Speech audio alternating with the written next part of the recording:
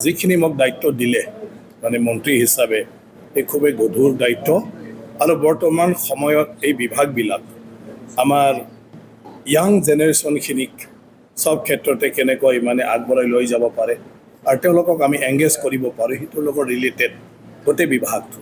আজি skill development আৰু এণ্টাৰপ্ৰেনাৰশ্বিপ খুব ইম্পৰ্টেণ্ট যে আমি নিবনুৱা যুৱক যুৱতীসকলক কেনেকৈ কৰ্মসংস্থাপন দিব পাৰোঁ আৰু তাৰ কাৰণে তেওঁলোকৰ যোগ্যতাটো আমি কেনেকৈ আনিব পাৰোঁ এটাটো হ'ল হেণ্ডলুম আৰু চেৰিকালচাৰ এয়া অত্যন্ত ইম্পৰ্টেণ্ট অসমৰ কাৰণে আৰু সেয়া হ'ল আমাৰ পৰম্পৰা আৰু যিটোৰ জৰিয়তে আমি আমাৰ মানে ঘৰখনৰ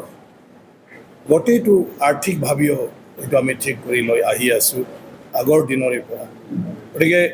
ভাৰত চৰকাৰ আৰু অসম চৰকাৰে ইয়াৰ ওপৰত যথেষ্ট মানে কিছুমান আপোনাৰ মিছন লৈছে গতিকে সেইটো কৰিব লাগিব স্পৰ্টছ এণ্ড ইউথ মানে ৱেলফেয়াৰ আছে ইয়াও খুবেই ইম্পৰ্টেণ্ট ইয়াং মানুহবিলাকৰ কাৰণে আৰু ইণ্ডিজিনিয়াছ ট্ৰাইবেল পেৰেণ্ট কালচাৰ এতিয়া ভাৰতীয় সভ্যতা সংস্কৃতি সনাতন ধৰ্ম আৰু তাৰ লগতে আমাৰ অসমত বিভিন্ন জাতি জনগোষ্ঠী যিবিলাক আমাৰ ট্ৰাইবছ আছে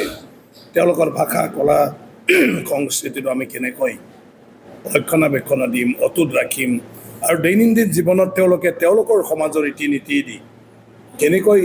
চলি থাকিব পাৰে আৰু সেইবোৰ চলাই লৈ যাই থাকিব পাৰে তাৰ কাৰণে অসম চৰকাৰে এটা মানে ব্যৱস্থা লৈছে মাননীয় মুখ্যমন্ত্ৰী ডাঙৰীয়াই এইটো খুব গুৰুত্ব প্ৰদান কৰিছে গতিকে প্ৰত্যেকটা বিভাগ যিটো দিছে সেয়া অসমৰ প্ৰত্যেকজন নাগৰিকৰ লগত জড়িত গতিকে বহুত গধুৰ দায়িত্ব তথাপিও মোৰ ওপৰত যিহেতু বিশ্বাস এটা ৰাখি এই দায়িত্বখিনি দিছে